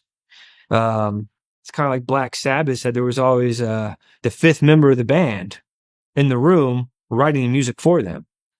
Keith Richards from the Rolling Stones would talk about sitting in a chair, certain body parts getting hard and cold and being taken over and foaming at the mouth. Santana, you've got these crazy interviews that they gave where they would be taken over by an entity, and then the next thing you know, they've got hit music that the world loves. So yes, I do believe a lot of the technology, the pharmaceuticals, chemical compounds, absolutely came through channeling sessions. People were wanting to break on through to that other side. Jim Morrison, no pun intended, break on through to the other side. It was not uncommon for some of the movers and shakers, the famous, those that are loved by the world. They got a lot of their talents, a lot of their abilities, a lot of what they offered to the world and their inventions, technology. Yes, absolutely. Through channeling sessions, seances. The most plausible theory is that Hitler made his way to Argentina first. And by the way, the Catholic Church was very well known for smuggling Nazis into South America. The Catholic Church believed apparently in what they were doing. And again, we need to really make sure we don't get it twisted. When we study the Nazis, you can't separate the Nazis from the occult. The occult meaning tapping into higher entities, tapping into ascended masters, locating ancient technology, reviving all of these things, and also the interest in the inner earth and the races that might live inside the earth, dating back to being descendants of the Nephilim. Well, the Catholic Church also has set up churches on top of many of these, and I mean the Vatican, by the way, not necessarily the Catholic Church on the corner in your neighborhood, but the Vatican has been setting up churches, taking land, sacred land, entrances into these hollow earth catacomb cities, building churches, cathedrals on top of them. Interestingly enough, one in particularly right there near one of the Chinkana entrances. So the Catholic Church had a hand in smuggling the Nazis out of Nazi Germany. We're talking about the most elite of the Nazis, not the leftovers, but the main course Nazis, the upper echelon, the ones that knew and did, the movers and shakers. And you say, yeah, but we got movers and shakers brought to America through, Project Paperclip, Operation Paperclip. Yeah, we did, but they were the leftovers. Believe me, Von Braun and NASA and the pharmaceutical industry, that was all the fat trimmed off of the steak. The steak made it down to Antarctica, and it was planned accordingly. So the Nazis make it down there. It makes most sense that Hitler and some of the others that were the more sensitive targets made it down. And I do believe there's some very possibility that they went into the Chinkana and that's how they made it to Antarctica, to not be out in the main ocean, to not be out where they could be monitored. Possibly Base 211, because General Donitz again said that Base 211 was a fortress secured inside the ice. So we're not talking about a base built on the surface here. It's very likely that the Chinkana directly opened up into Base 211. It's just a theory. But that would make the most sense. Now, let's talk about World War 2.5. It's amazing how much the American government has completely deceived the taxpayer. I mean, they take your money and they lie to you about where it's going. People have really, in recent days, really talked a lot about that. But let's just go back to post-World War II. We're told the Nazis have been completely defeated. Our government brings back a bunch of Nazis, forgives them of their war crimes, and then installs them as high-ranking government officials, gives them money and resources, and gives them new names even, to where they're slightly unrecognizable in some situations, depending on how bad the war crimes were. If their war crimes weren't as bad, they could keep their name. Anyway, there are a lot of interesting things there. The Nazis were down in Antarctica. The powerful Nazis, they had a fortress in the ice, and according to their own declarations, had been in contact with the king of the world. So, we have a very interesting scenario arise known as Operation High Jump. Now, the American government tells the people, they really build this up with a massive public relations, film footage, interviews, TV, just propaganda, that Admiral Richard Evelyn Byrd, was going to be leading this massive exploration mission with somewhere over 4,000 people from the United States, Britain, and Australia, with a flotilla of 13 ships, whole bunch of airplanes, whole bunch of tools. They tell the people that it's an exploration mission. Here's the problem. There was not one exploratory ship. Every ship was a warship. Fighter planes, tools for war, not lab technicians, soldiers, military personnel. This was not an exploratory mission. They were going down to the ice to continue World War II. They were going down to the ice to try to finish what was started in Nazi Germany and defeat the last bastion of Nazis. But the problem was, they got down there and the Nazis now had perfected the technologies. And when they got down there, you have stories, personal accounts of UFOs, Nazi UFOs, not alien ships, Nazi UFOs coming up from out of the ice, out of the Arctic waters, and literally firing technology that we didn't know about. It was laser technology. Nowadays, we have laser technology where you can literally, with a laser flame, cut through steel. You can see videos on YouTube. There's people who that's what they do for a living. Back then, they didn't have that technology. The Nazis had technology with these flying saucers that were literally cutting ships in half. Our planes, Admiral Byrd was getting our planes shot down by Nazi technology that they did not have in Nazi Germany. That's why I call it World War 2.5. Operation High Jump was not an exploratory mission. It was a war. They went down there, they got their butts handed to them, and interestingly, some of the ships were completely removed from the registry after the fact, which tells us those ships were fully destroyed by technology that they could not bring back and explain to the people what had happened. Now, the USS Pine Island was one of those ships. Now, after the film got released, there were some naysayers that were accusing us by saying, well, you can go visit the Pine Island. You can go take a tour of the ship. You can find retired ships and take tours.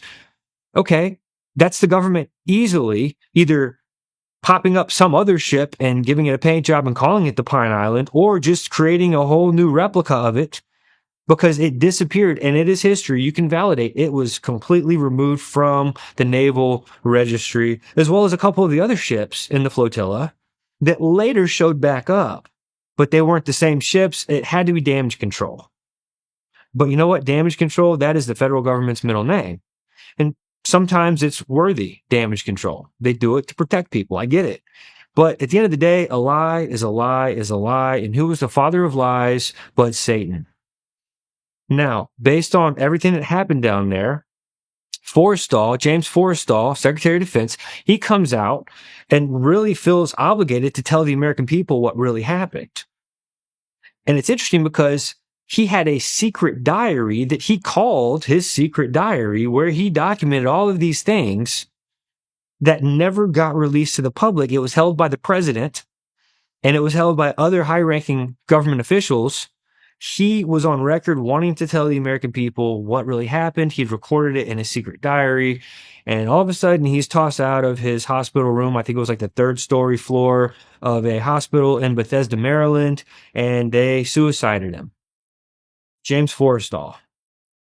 Now, Admiral Byrd, who led the fleet, he comes back. He's completely distraught.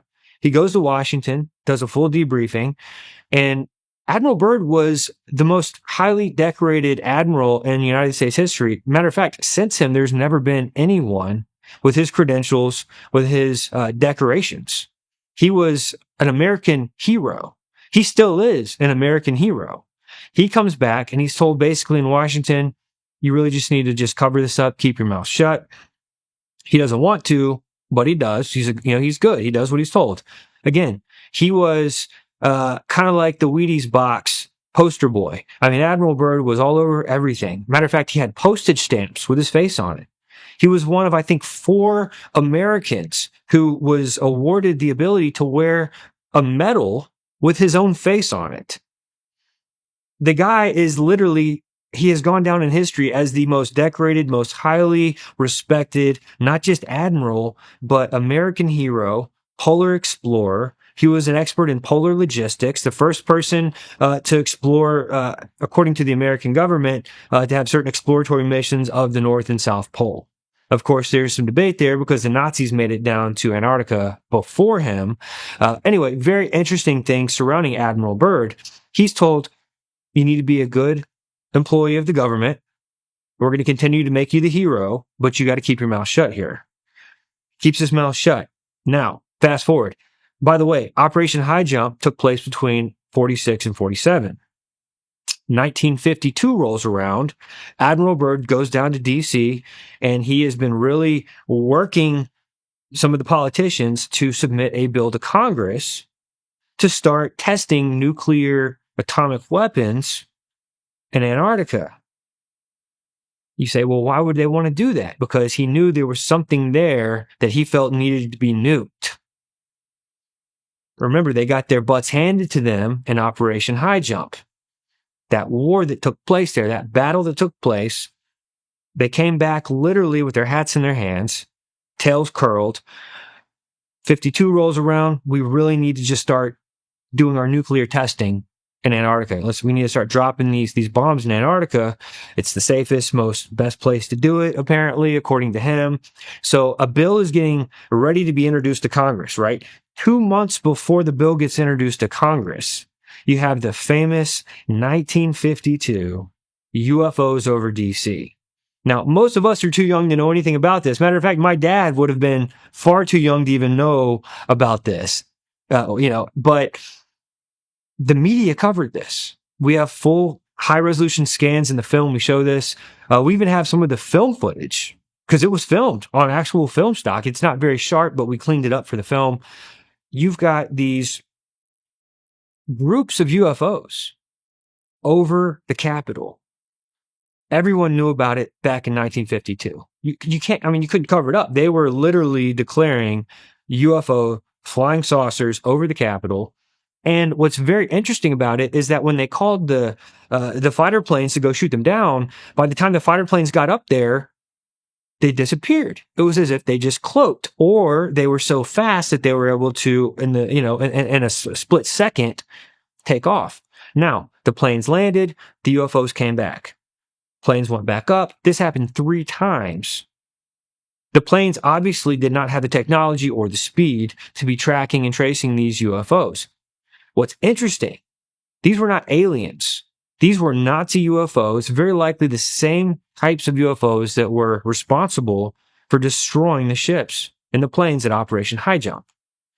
How do we know they're Nazi UFOs? This is amazing. If you look at the photos, and we compared in the film, they're in the traditional Luftwaffe formation. This was the formation that Nazi fighter planes flew in. It was like a little flock with a point man and back man. It's Luftwaffe. Typical Nazi flying patterns. While Admiral Byrd was in the midst of Operation High Jump, he apparently had contact with a Chilean newspaper via some sort of wire communication. And he said that based on some of the things that were going on, that he fears that some of the potential threats that they would be facing in the days to come would be flying craft that could make it from pole to pole in a matter of minutes. Essentially, I don't remember the exact quotation. We have it in the film, but essentially he told the Chile newspaper that the technology was going to be there for these vehicles, these flying saucers, to be able to go pole to pole really fast, which was unheard of at the time. So you had these UFOs showing up in DC 2 months before the bill gets submitted to Congress about nuking Antarctica, essentially. And as soon as the UFO flyover in DC took place, and we were clearly not able to stop them, at that point, immediately the bill gets just destroyed. Doesn't go to Congress. However, 10 years after High Jump, now Operation High Jump took place between 46 and 47. The UFOs over DC was 1952. 10 years after Operation High Jump, the U.S. government has officially had a year-round presence in Antarctica. Really don't know how to explain that. There are places in Antarctica that you can't go. Matter of fact, I'm told that if you go there, if you're able to go there, and you can, you're very limited on the areas that you're allowed to go to. There's places that are cordoned off. There's places that you'll never be able to go see or explore. Matter of fact, Steve Quayle talked about in our film that the Special Air Services, the British SAS had sent, or the British had sent the SAS out to Antarctica. I forget how many years after High Jump, and they basically all but one died in the process. And one of the guys came back, the only survivor. He came back and he said they encountered some type of an entity there. It's weird. But some type of an entity that appeared to be what we would call like a Yeti or an abominable snowman, but it was under some type of remote control. You can do the math and figure out what that means.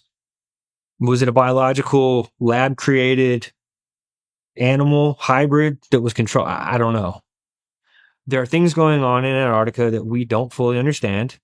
It's a mysterious place. It's got a history of great mystery. And just a reminder, 1537 Perry Reese map showed it without ice. All we know, when we hear Antarctica, the first thing you think of is ice. You've got the North Pole and you've got the South Pole. So, very fascinating things. When this diary surfaced, claiming to be that of Admiral Byrd, it really has drawn a lot of interest worldwide. And whenever there's something of that great interest with such fantastic claims that defy logic, there's always going to be people who are going to bring criticism against it. And that's healthy criticism. I think as a researcher, we need to always be open to healthy criticism. Allow someone to challenge something that you say, because without challenging something, you really can't get down to understanding, first of all, why you believe what you believe. And also, is there a reality to what you believe? If it's truth, scrutiny should not put fear in your heart. If it's truth, challenging and scrutiny coming against it should not bother you because you know it's true or you're confident that it's true. As with Admiral Byrd's diary, his secret diary, you're dealing with a document that claims to be that of Admiral Byrd. And it documents, it's basically a flight log, which they always kept. Flight logs were totally normal. When somebody was going on an exploratory mission, they would keep a flight log of what happened in that mission. There was no difference with Admiral Byrd's diary. Matter of fact, it starts off with a flight log.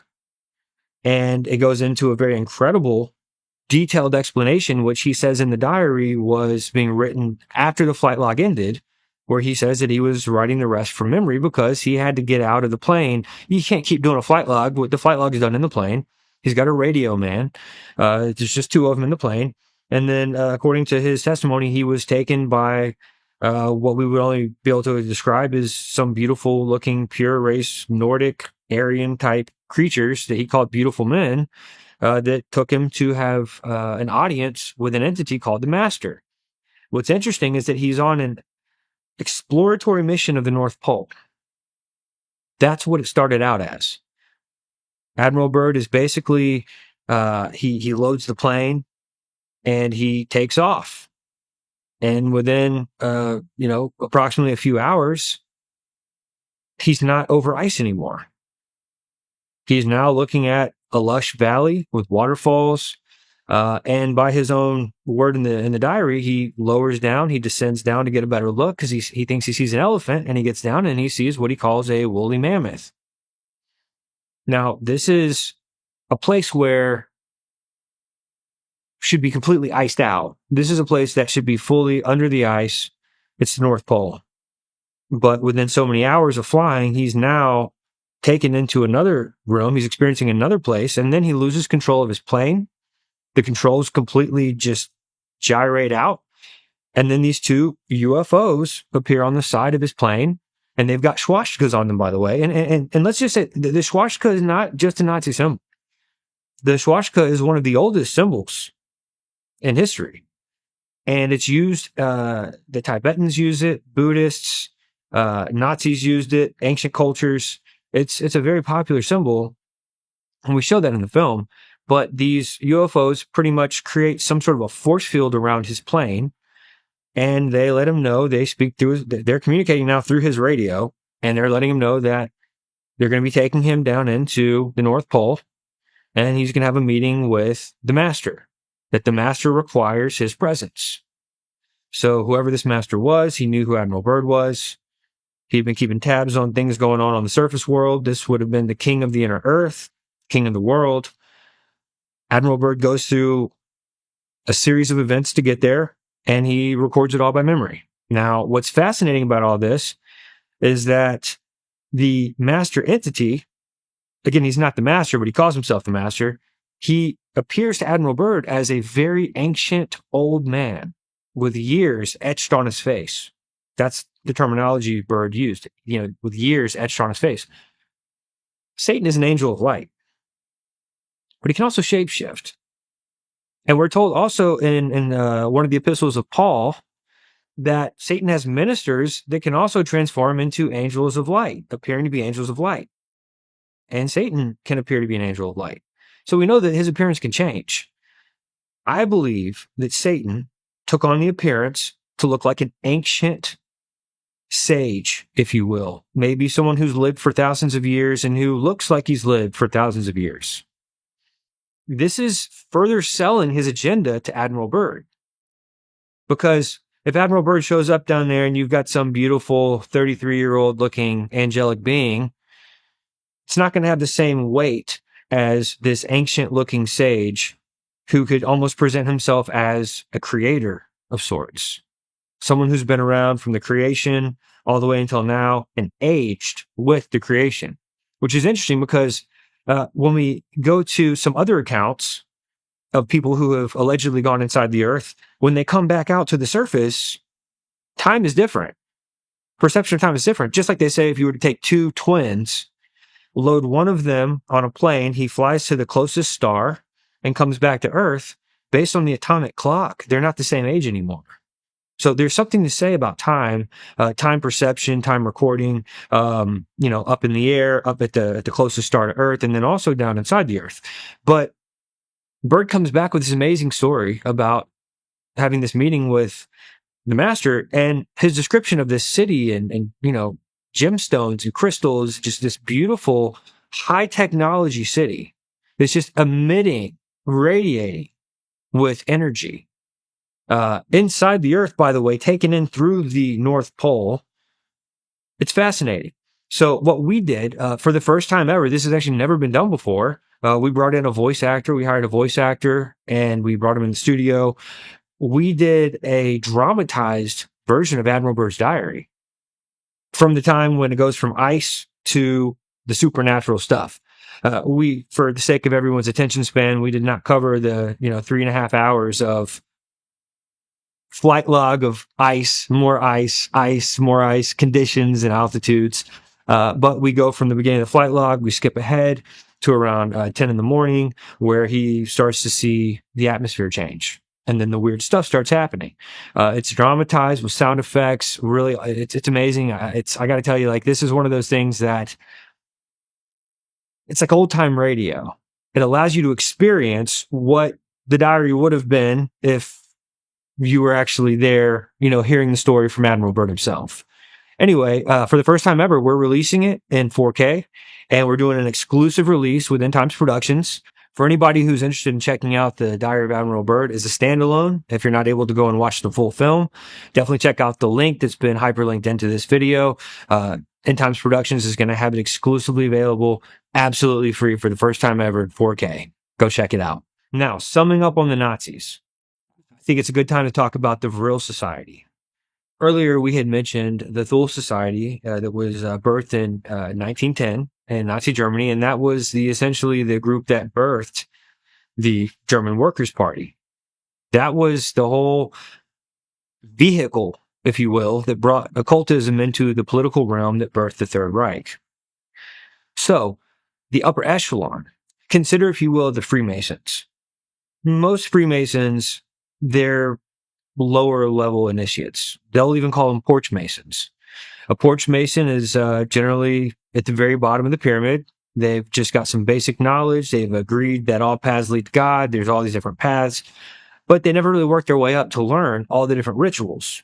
They're not able to become a 33rd degree unless they're initiated. They have to earn their way to the 32nd. Once you're a 32nd, you'll only be inducted or initiated. It's an honorary degree where they choose you. Well, the Thule Society, while it's not set up with degrees, the Thule Society had an upper echelon, which would have been kind of like the 33rd degree Freemason. You had to be initiated.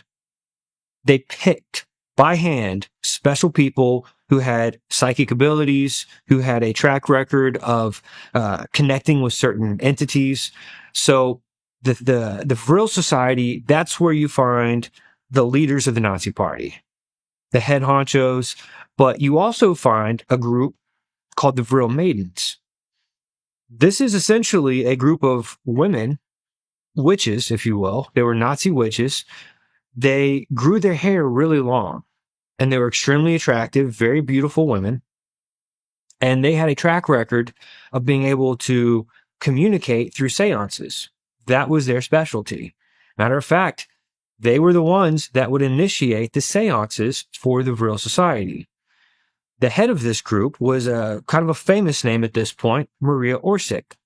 Now, Maria Orsic or Orsich, depending on who you ask, she was very skilled in these seances, and what she would do was enter into this state where her eyes would roll back in her head, and this is all documented, by the way. This is not, as Steve Quell says, this is not out there information. This is real. This is not crazy in the realm of the Nazis. This is very much documented history.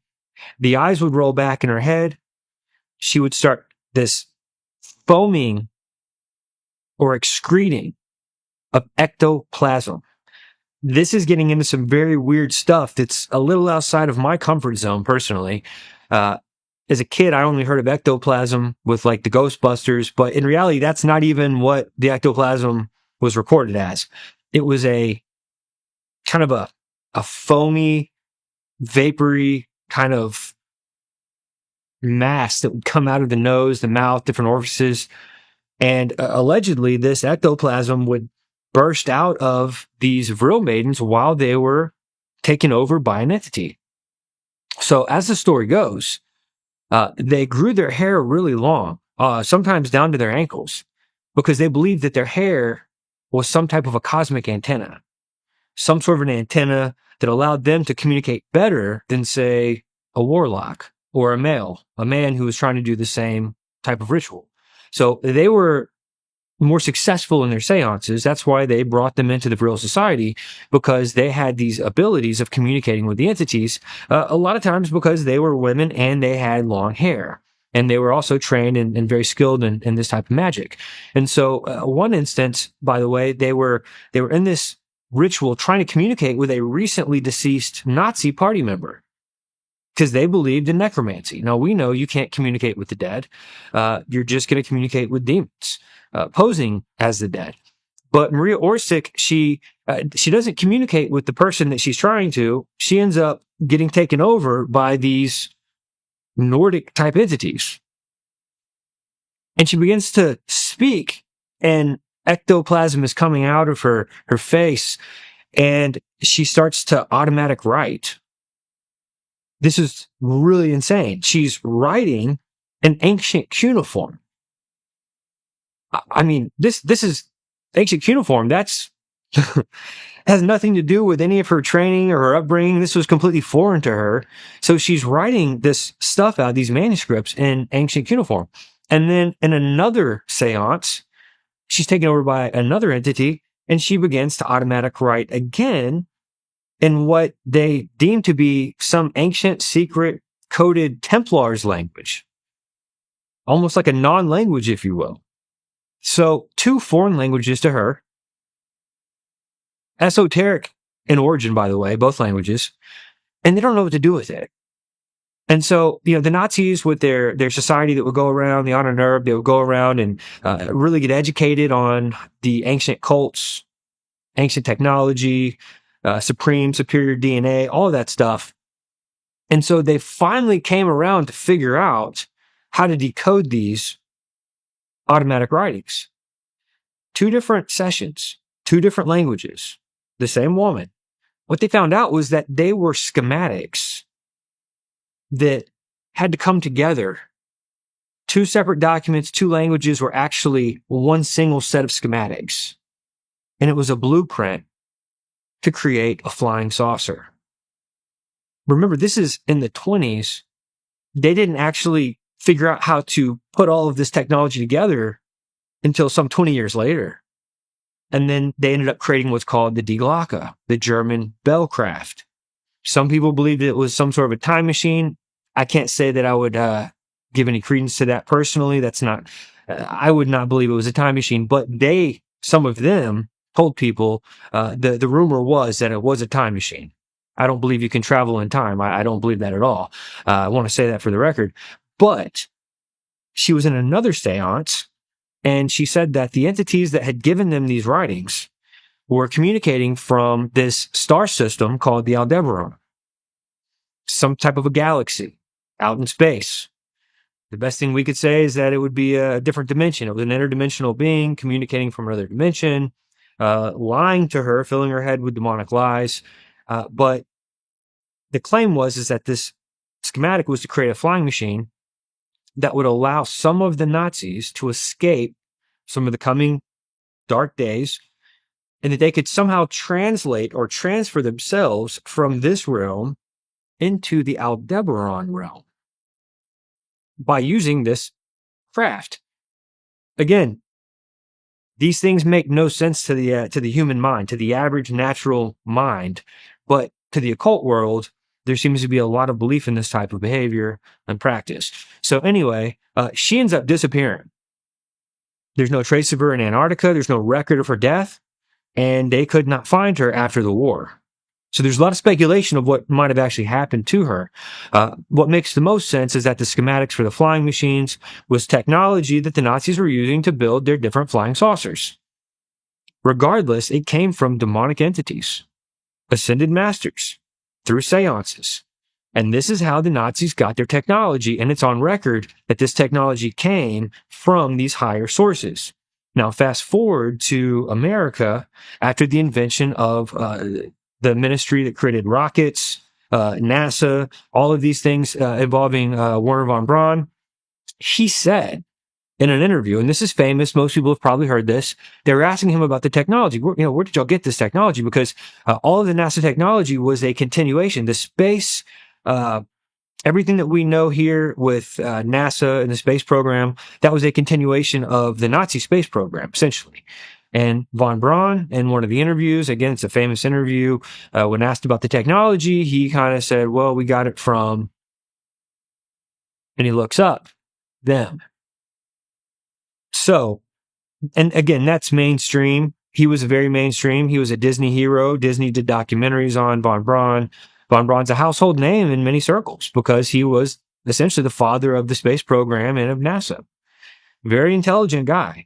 Von Braun actually said that he was given access to the allegedly crashed crafts in Roswell.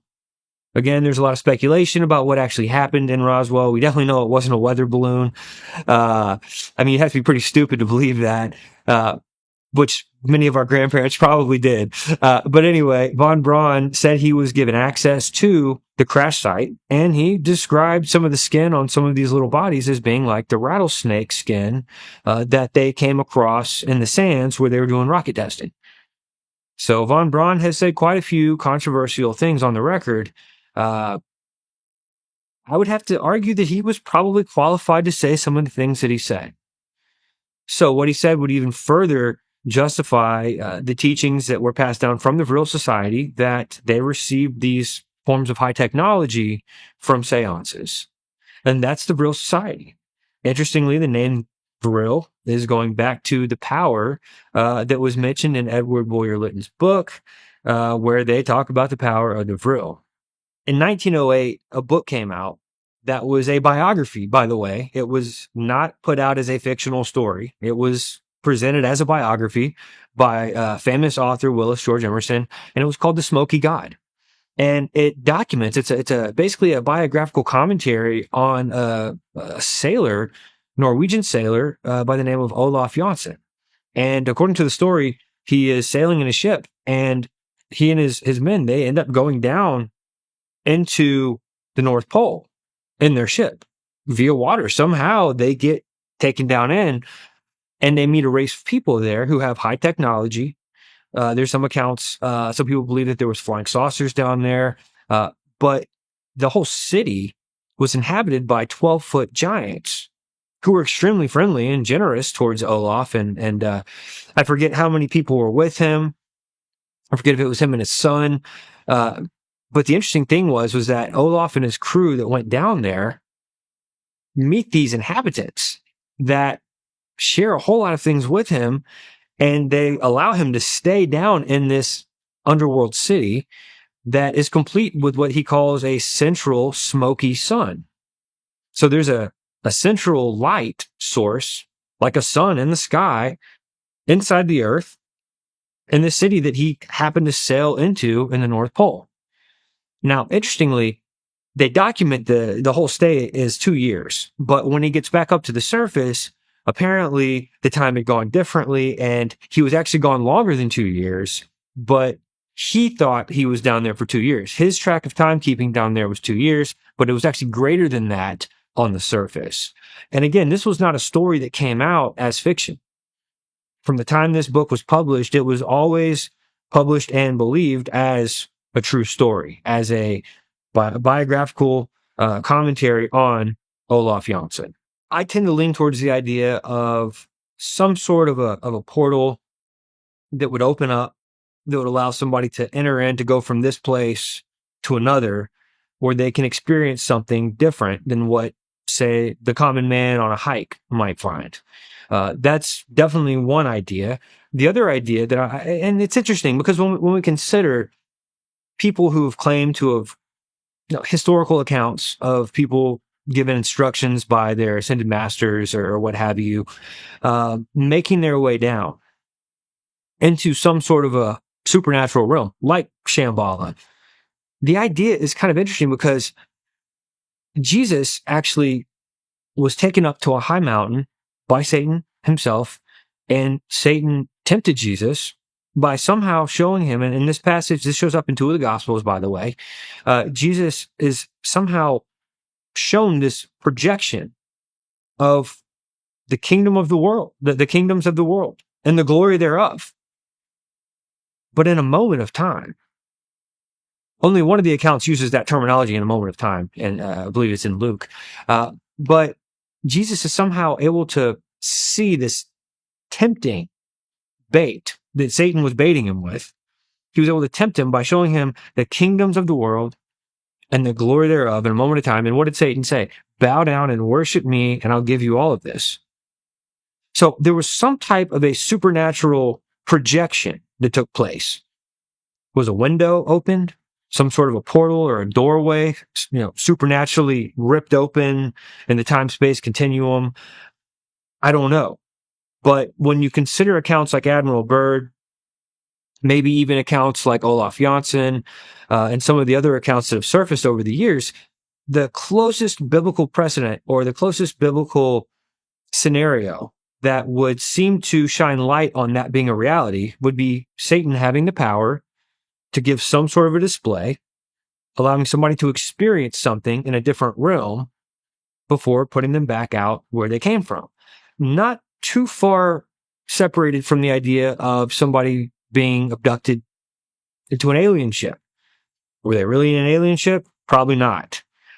Many times you hear about people being abducted, but their body was still there, almost like their spirit was taken somewhere and they experienced a projection or some type of an experience in another realm, but their body was still in the place, but it was out cold. The body was almost as if they were astral projecting against their wishes. But Satan has the power to show Jesus the kingdoms. He had the power to show Jesus the kingdoms of the world and the glory of it, all in a moment of time. You couldn't take a tour of one kingdom of the world in the moment, and one moment in time. Just one tour of a kingdom or a palace, that's going to take some time. So you can't walk through a single shopping mall and see every store in the mall in a moment of time. Yet Satan showed Jesus the kingdoms of the world, probably the most glorious kingdoms. Maybe even a glimpse of Shambhala. I don't know. We don't know what all those kingdoms were, but we know that Satan is the ruler of this world. And he's got the power to give things and endow gifts upon men in his deceptive role as Satan, the great deceiver. And he uses these things to tempt people, to deceive them and seduce their souls. He did this to Jesus. Jesus didn't give in. Jesus rebuked him and went on about his business. Admiral Byrd witnessed something very fantastic. If in fact the diary is accurate and is in fact real, I believe he saw Satan, and Satan has the power to show things, to project things, and possibly even to allow someone to enter into another experience in another realm, depending on the person. It would have to be, in the case of Admiral Byrd or somebody who was not Jesus, of course, if somebody is able to go into Shambhala or experience these types of deceptions, I have to believe that they are unregenerate people who worship false gods, people who are completely separated from the God of Scripture. Because if they were separate, if they were in fact in covenant with the God of Scripture, they would not be taken down into these realms and visiting with these gods. They wouldn't be taken down and experiencing these fascinating things if they were actually children of God, if they were God's elect. That's one of the common denominators. All the people generally that go and do these things and experience these things, they're void of faith in Christ Jesus. Totally void. They make friends with these entities. They come back with fantastic stories, sometimes unverifiable. So that's kind of the common denominator, is that Satan promises things to mankind, and he shows them to mankind, and he tempts mankind, knowing that his time is short. And what's fascinating about all of these things with the hollow earth, summing up how this all really brings us back to square one. All these different religions of the world that believe in a hollow earth, it's always connected to their gods, higher entities, spirits, spirit guides, ascended masters, and some of them have the audacity to blaspheme the name of Jesus and even say that Jesus was an ascended master. And let me tell you, they're gonna all learn the hard way at the end of the world, when every knee will bow, every tongue will confess that Jesus Christ is Lord to the glory of God the Father. And let me tell you, when everyone has to confess that Jesus Christ is Lord, that's before they are judged and thrown in hell. That's not like, oh, well, they're professing Christ, they're going to go to heaven. No. At that point, it's forced. At that point, they are slain, and they are proclaiming the glory of Christ at the end of everything before their judgment. So all these people, all these religions, they generally have another common denominator of a king, a belief of some sort of a king figure who's going to come up to the service of the world in the end days. It's funny, every religion practically has some prophecies of an end times worldview. But the difference is that Christianity is the only one that says that this king is the Antichrist. Okay, they all have their own views, but Christianity says, yeah. There is going to come a ruler. He is going to come upon the face of the world, the face of the earth, but he is going to be satanic. All the other religions say he's going to be good. He's going to bring peace. He's going to restore order. And there's some things also in Admiral Byrd's diary that kind of get into this as well, things the master tells Admiral Byrd. But there are prophecies in some of these ancient manuscripts and texts in these mystic religions, these hollow earth religions, that are prophesying that there's coming a day where this ruler is going to come to the world and he is going to literally reinstate peace, and he's going to bring order. He's going to bring some of the lost technologies, essentially reinstating a golden age. And it's fascinating because the world and the religions of the world are looking forward to this coming ruler, when in reality, the real Messiah already came. We're really excited to announce the brand new 2025 release of Hollow Earth Chronicles Episode 1 in ultra high definition 4K for the first time ever. It's available in streaming. You can head on over to fourthwatchfilms.com. That's FOURTHWATCHFILMS.com. I'm sure there's going to be a link hyperlinked in the description of the video. You can also check out the trailer for Hollow Earth Chronicles in 4K on End Times Productions YouTube channel, and definitely check it out. We've got DVDs available. We've got streaming options available, and we're really excited to get this information back out. It's a great content that we've produced that allows you to not just study history, but study history from a biblical perspective, and not just regular history, but supernatural history that is far more interesting than anything you're ever going to learn in the textbooks.